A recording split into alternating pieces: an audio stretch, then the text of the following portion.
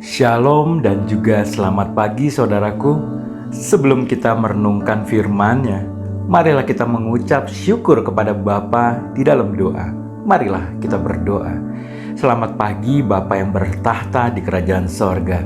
Puji dan syukur kami ucapkan atas berkat-Mu di pagi hari ini.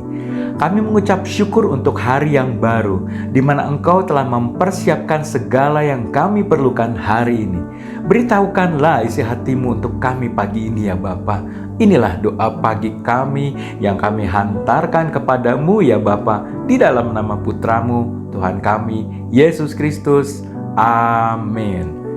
Saudaraku, tema renungan pagi kita hari ini adalah berserah penuh kepada Tuhan. Firman Tuhan diambil dari Lukas 1 ayat 35 sampai 38. Demikian firman Tuhan. Jawab malaikat itu kepadanya, Roh Kudus akan turun atasmu dan kuasa Allah yang Maha Tinggi akan menaungi engkau. Sebab itu anak yang akan kau lahirkan itu akan disebut kudus, anak Allah.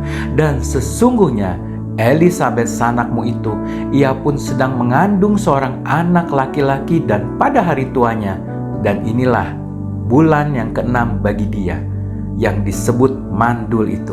Sebab bagi Allah tidak ada yang mustahil.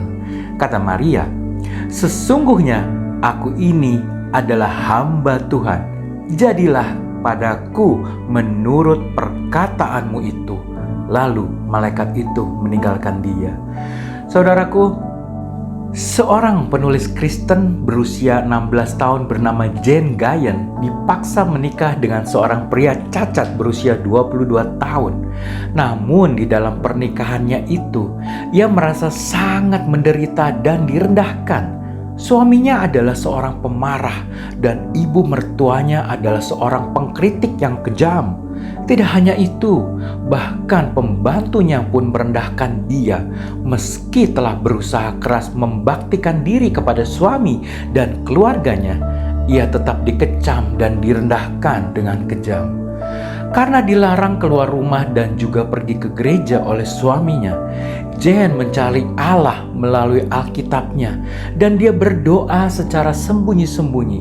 Ia belajar bahwa di tengah keadaan yang suram sekalipun, Jane meyakini bahwa ia berada dalam kondisi yang sangat baik. Jane mengatakan kalau dirinya selalu berada dalam tangan Allah yang aman.